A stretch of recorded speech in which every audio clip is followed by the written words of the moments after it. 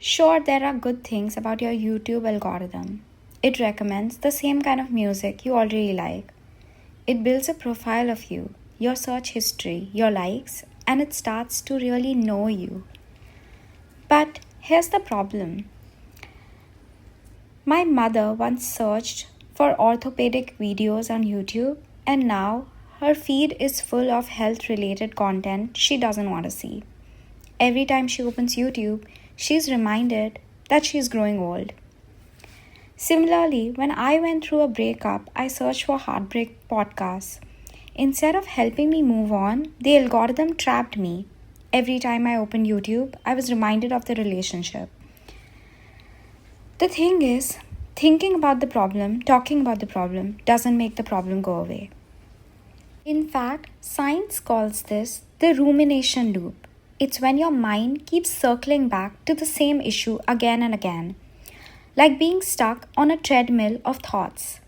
Instead of solving anything, rumination makes the problem feel bigger, heavier, and more permanent. It tricks you into believing you're working through it, but really, you're just replaying the same story in your head.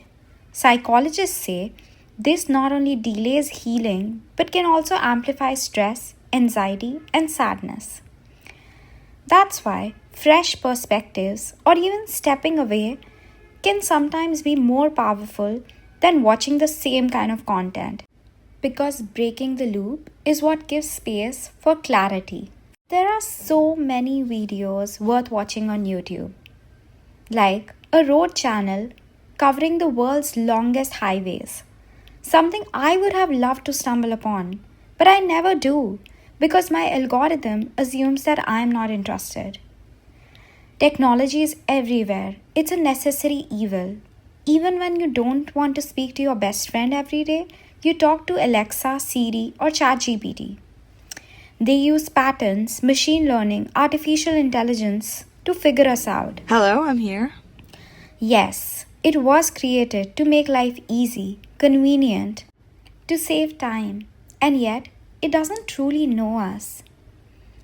It doesn't know that sometimes we want to waste time, wallow in self pity, hug our plush teddy bear and cry. It doesn't know that we don't always want food videos, that sometimes we want something deeper, something that gives food for thought. It doesn't know the deepest, darkest feelings in our hearts. It doesn't know the vacuum we feel when we don't know ourselves.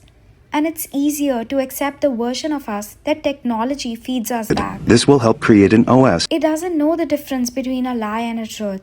How people aren't happy, just distracted. How someone's Instagram shows us their perfectly curated, happy, aesthetic life, but not the last time that they cried, or the sink full of dishes, or the stress that keeps them up at night. Yes, the algorithm might show us what we want to see, but not what we need to see. Technology might be smart. Smart TV, smart phone, smart AC, smart home. But it won't ever be smart enough to figure us out.